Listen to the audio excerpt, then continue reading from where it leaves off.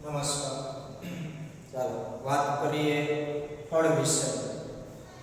તો અંડકમાંથી બીજ અને બીજાશયમાંથી ફળ બનવાની ક્રિયા એક સાથે થતી હોય છે. જ્યારે ભ્રૂણકોષનું નિર્માણ થઈ જાય ત્યાર પછી હવે અંડકનું રૂપાંતરણ બીજમાં એટલે કે અંડકમાંથી બીજ બનવાની ક્રિયા અને અંડક કે જે બીજાશયની અંદર આવેલું છે આ બીજાશયમાંથી ફળ બનવાની ક્રિયા આ બંને મોટે ભાગે એક સાથે થતી હોય છે.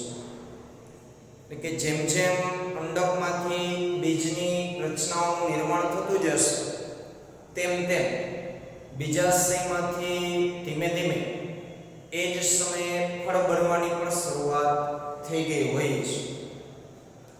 બીજાશયની દિવાલમાંથી ફળની દિવાલ એટલે ફલાવરણ નિર્માણ પામે છે. બીજાશયની ફરતે જે બીજાવરણ હશે અથવા તો એ જે બીજાશયની બોર્ડર છે એટલે કે બીજાશયની દિવાલ છે આ દિવાલનું રૂપાંતરણ ફળની દિવાલ તરીકે થતું. તો આપણે અલગ અલગ ફળની જે બાહ્ય આવરણ જોઈએ છે. ચીકુ હશે તો જે કથ્થઈ કલર બ્રાઉન કલરનું જે આવરણ છે, સફરજન હોય તો લાલ અથવા લીલા કલર, કેરી હશે તો લીલા અને પછીથી પીળા કલર. તો એ જે આવરણ છે એ હકીકતમાં પહેલા બીજાશયની દિવાલ હતી, પણ હવે બીજાશયની દિવાલમાંથી ફળની દિવાલનું નિર્માણ થાય છે જેને પછીથી ફલાવરણ તરીકે ઓળખવામાં આવશે. આવૃત બીજધારી ફલનને લીધે માત્ર ભ્રૂણકૂટમાં જ નહીં પણ બીજાશયમાં ફેરફારો થાય છે અને એ સમયે પુષ્પના બીજા ભાગોમાં પણ ફેરફારો થતા હોય. આવૃત બીજધારીની અંદર ફલનની ઘટનાથી માત્ર ને માત્ર ભ્રૂણકૂટમાં જ ફેરફારો થાય છે એવું નથી, પણ આખો જે સ્ત્રીકેસરનો ભાગ છે એમાં પણ રૂપાંતરણો થતા હોય છે. એટલે કે અંડકનું રૂપાંતરણ થતું હોય, બીજાશયમાં ફેરફાર થતા હોય અને અંતે બીજા જે પુષ્પીય ભાગો છે પુંકેસરો, પુષ્પાસન, પુષ્પદંડ, દલપત્ર, વજ્રપત્ર આ બધામાં કંઈક ને કંઈક ફેરફારો થાય છે. સામાન્ય રીતે અંડક પુખ્તતાએ બીજમાં પરિણમે છે એટલે કે અંડકનું રૂપાંતરણ બીજમાં થાય અને બીજાશય ફળમાં પરિણમે છે. એટલે કે અંડકનું બીજમાં અને બીજાશયનું ફળમાં રૂપાંતર સાથે સાથે કે એક જ સમયે થતું હોય છે. એટલે આપણે ટૂંકમાં ખાલી એટલું યાદ રાખવાનું છે કે અંડકમાંથી બીજ બને અને બીજાશયમાંથી ફળ બને. આ બંને ક્રિયા મોટે ભાગે સાથે સાથે એક જ સમયે થતી હોય છે. શબ્દો અલગ અલગ સમજીએ તો એમાં ફલાવરણ તો બીજાશયની દિવાલનું રૂપાંતરણ ફળની દિવાલમાં થાય છે જેને ફલાવરણ કહે છે. આગળ જે આપણે વાત કરેલી એમ. હવે ફળ છે એમના જે પ્રકારો છે એ તમે ધોરણ 11 ની અંદર ચેપ્ટર 5 માં સવિસ્તર ભણી ગયા છો. મુખ્યત્વે બે પ્રકારના ફળ જોવા મળતા હોય, માંસલ ફળ અને શુષ્ક ફળ. તો માંસલ ફળ એટલે કે કેરી, જામફળ, નારંગી જેવા જે ફળો છે કે જેમાં ફળ છે એ માંસ ધરાવે છે, ગર કે માવો કે જે ખાવા લાયક ભાગ છે કે જે સોફ્ટ હશે. તો આ જે માંસયુક્ત ફળ હશે એમને માંસલ ફળ કહેવાશે. જ્યારે બીજા છે શુષ્ક ફળ જેમ કે મગફળી, રાઈ તો આમના જે ફળ હશે એકદમ શુષ્ક હશે. મગફળીનો જે આખો આપણે પોપટો કહીએ છીએ એ ફળ છે તો એમાં કે એવો બીજની અને ફલાવરણની વચ્ચે કોઈ એવો માંસલ ભાગ નથી. આપણે જે મગફળીના દાણા ખાઈએ છીએ એ બીજ છે, પરંતુ કેરી હોય તો કેરીનો જે ગોટલો છે એ બીજ છે. તો એ ગોટલો અને કેરીનું બાહ્ય આવરણ એટલે ફલાવરણ એ બે વચ્ચે માંસલ ભાગ છે જે આપણે ખાઈએ છીએ. કેરીનું બીજ આપણે નથી ખાતા. અને મગફળીમાં શું છે કે આપણે જે મગફળીના દાણા ખાઈએ છીએ બીજ છે. તો આવા માંસલ ફળ અને શુષ્ક ફળ આવા બે પ્રકારના ફળ છે જોવા મળતા હોય છે મુખ્યત્વે. બાકી આમના પણ આગળ વિગતવાર ઘણા બધા પ્રકારો છે અને એની સંપૂર્ણ માહિતી ધોરણ 11 ના ચેપ્ટર નંબર 5 આપેલી છે. ઘણા ફળો બીજ વિકિરણની ક્રિયાવિધિ સાથે સંકળાયેલા હોય છે. આ બાબત ખાસ સમજવા જેવી છે કે ફળની અંદર જે બીજ છે એ બીજમાંથી કંઈક એવી રચનાઓ વિકસિત થયેલી હોય છે. એમાંથી કંઈક એવા તંતુઓ ઉદ્ભવેલા હોય છે કે જે બીજ સાથે જોડાયેલા છે. તો આવા પણ અમુક ફળ છે કે જે બીજ વિકિરણની ક્રિયાવિધિ દર્શાવે છે. ટેક્સ્ટ બુક ની અંદર એના ઉદાહરણો આપેલા નથી, પણ આપણે અહીંયા લખેલ છે તો જોઈએ તો જે વર્નોનિયા વનસ્પતિ છે એના જે બીજ હશે એ બીજ રોમમય વજ્ર પ્રકારના હોય છે. એટલે કે એમનું બીજ સામાન્ય રીતે આવા દંડ આકારનું જોવા મળતું હોય છે અને અહીં આ રીતે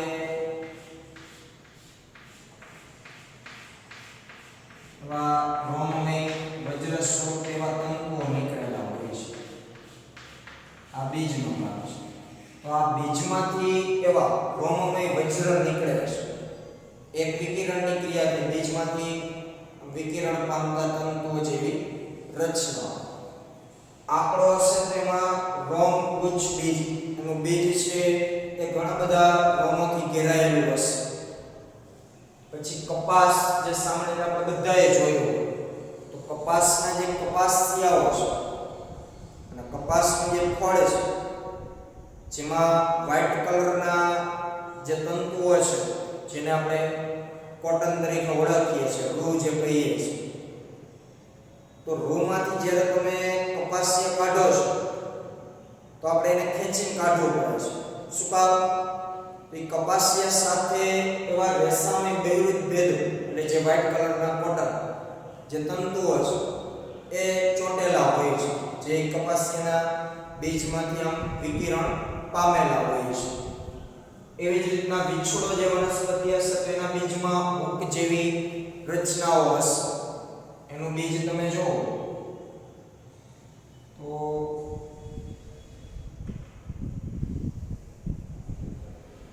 આવી હુક જેવી રચના એના બીજમાં છે એ જોવા મળતી હોય છે. આ બીજનો ભાગ છે, પરંતુ એની ઉપર આ હુક જેવી રચનાઓ આવેલી હોય છે. તો એ પણ એક વિકિરણનો પ્રકાર છે. એ જ રીતના ગાડરીઓ છે તેમાં કઠણ રોમ આવેલા છે. બંદૂકડી જે છે તેમાં યાંત્રિક વિકિરણ જોવા મળતું હોય છે. એટલે આ ઉદાહરણો છે ટેક્સ્ટ બુક ની અંદર આપેલ નથી, એટલે ખાસ આપણે લિંક માટે છે ધ્યાનમાં લઈ લેશું. વર્નોનિયામાં રોમમય વજ્ર, આંકડામાં રોમગુચ્છ બીજ, કપાસની અંદર રેસામય બહિરુદ્ધ ભેદો, વિછોડોની અંદર હુક જેવી રચના, ગાડરીની અંદર કઠણ રોમ, બંદૂકડીની અંદર યાંત્રિક વિકિરણ. આગળ હવે ફળની બીજી ચર્ચા કરીએ તો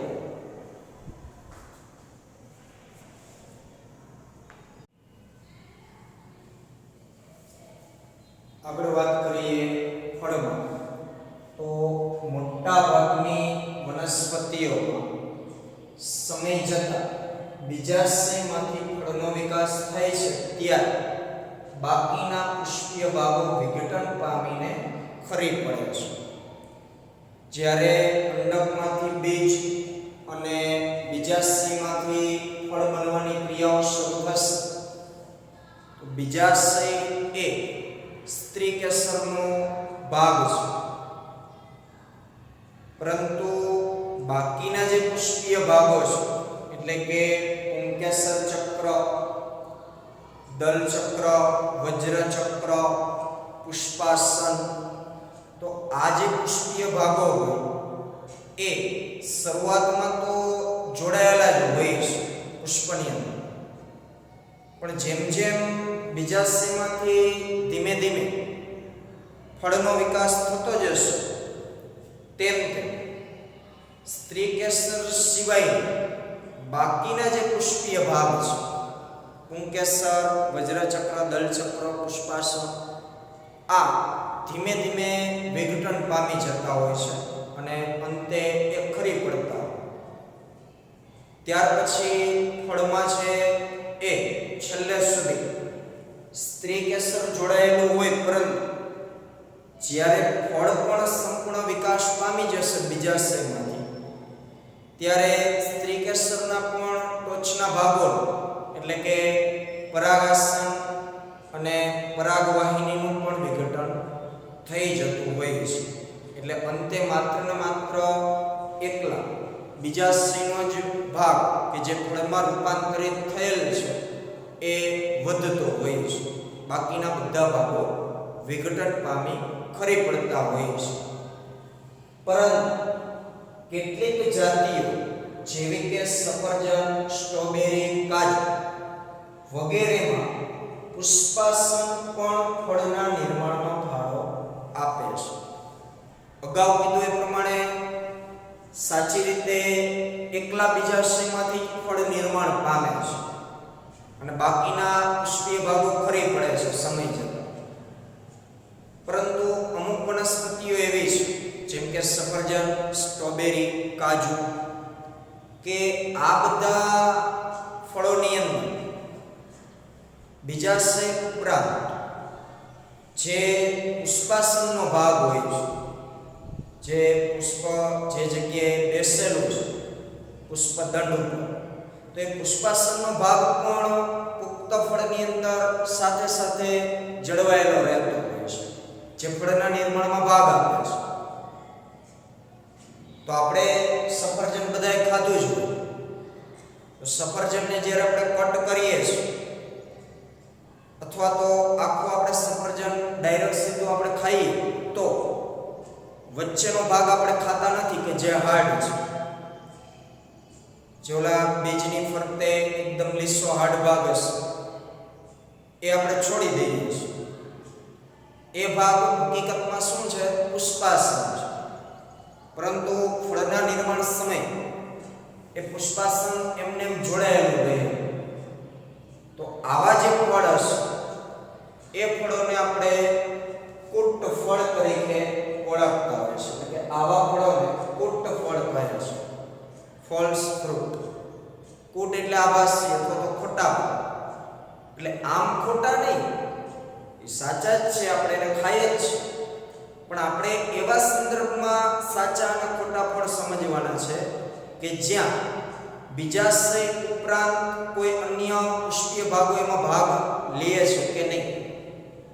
એકલા બીજાશયમાંથી જ મોટે ભાગે ફળ બને છે, પણ જો પુષ્પાસન જેવા ભાગો ફળની અંદર જોડાયેલા રહેશે ફળ નિર્માણ પછી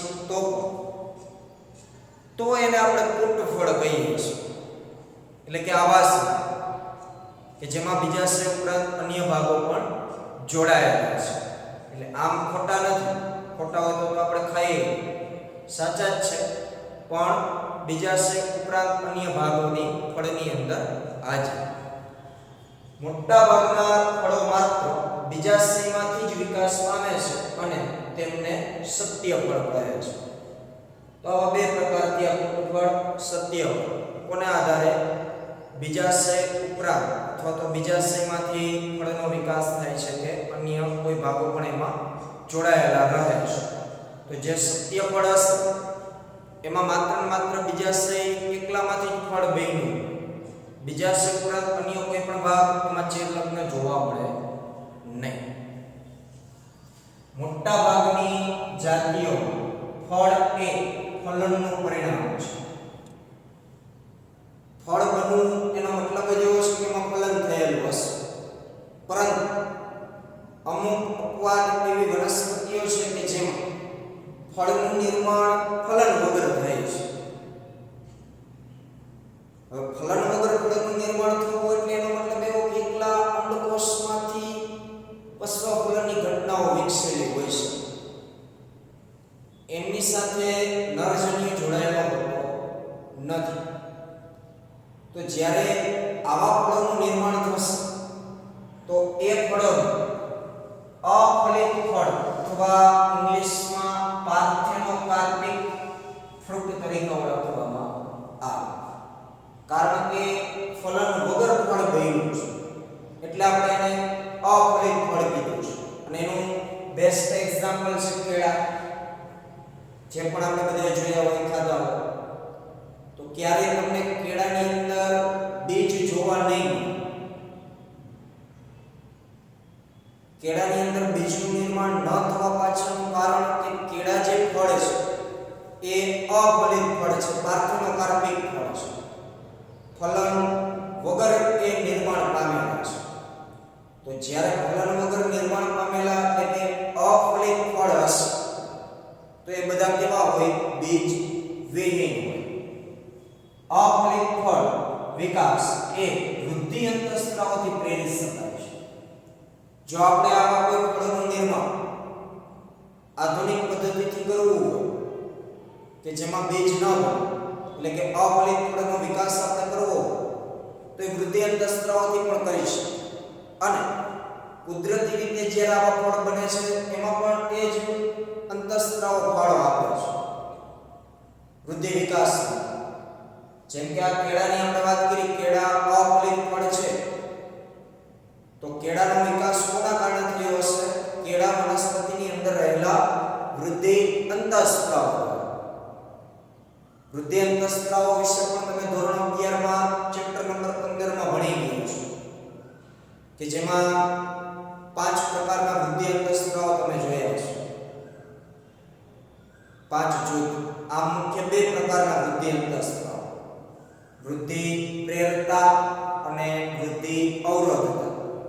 વૃદ્ધિ પ્રેરતા જે અંતઃસ્ત્રાવો છે, ઓક્સિન્સ, સાઇટોકાઇનિન, જિબ્રેલિન્સ, તો આવા જે કુદરતી અંતઃસ્ત્રાવો વનસ્પતિની અંદર હશે એમના આધારે આવા ફળોનો વૃદ્ધિ અને વિકાસ થઈ શકતો હોય છે.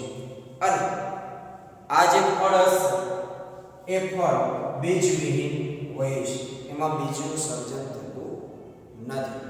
તો આ વાત થઈ ફળની. એટલે અહીંયા પશ્વફલન ઘટનાઓ જે 4 છે એની સંપૂર્ણ માહિતી પૂરી થઈ. આગળ હવે આપણે બીજમાં થોડો વિસ્તારથી એટલે કે બીજની અગત્યતાઓ વિશે સમજવાનું થશે.